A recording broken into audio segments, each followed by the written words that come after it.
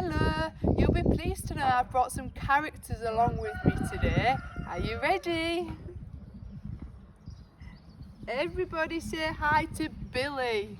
He's one of our characters in our story today. Remember, this is Billy.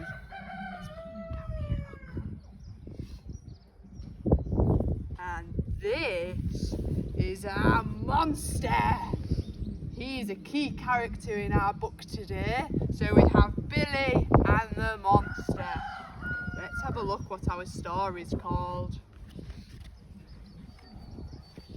Oh, and here's my monster bookmark, just like you all made today. We're going to read There's a Monster Under My Bed.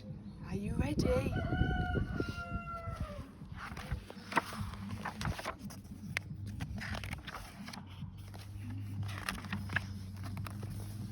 I think there's something under the bed, thought Billy. In fact, he was sure he could hear a hungry belly. Grumble, grumble.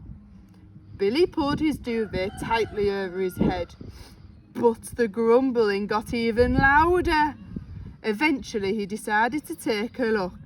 Very slowly, he peered down underneath the bed.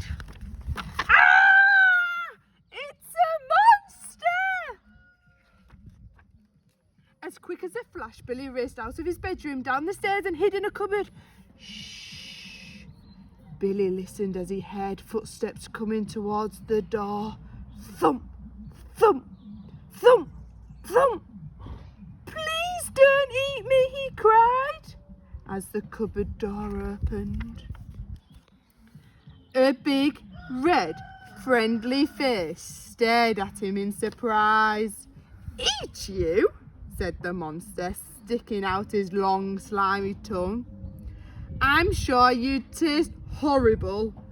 Do you have something nicer to eat? I'm starving.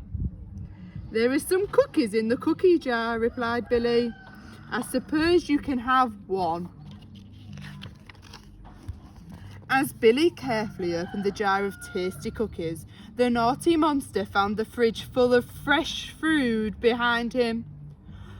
Ooh, what delicious tasty treats, cried the monster as he stuffed his face with cream buns and caramel cheesecake.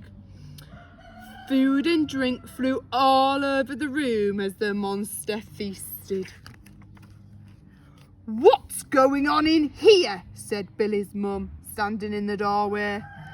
Billy spun around, still holding the cookie jar. Sloppy food dripped down the cupboard walls. The monster was nowhere to be seen. It wasn't me, Mum, said Billy. It was a monster.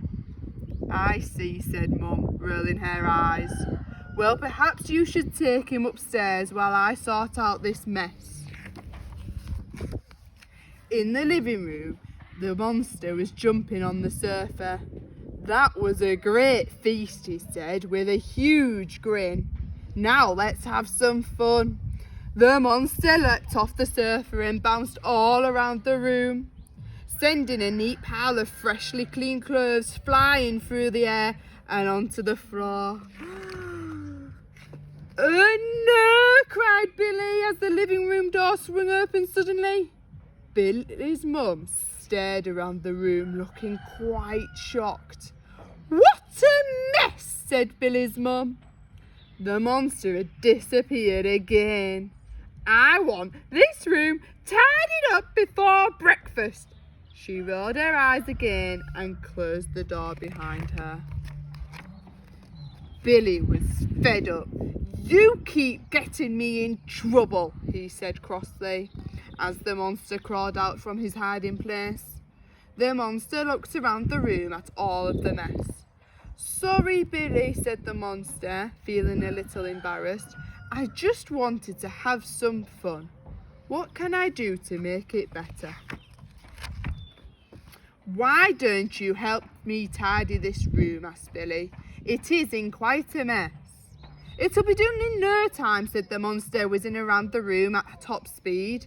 Billy watched amazed as the monster twirled and spun, flinging toys and clothes back into their places once more.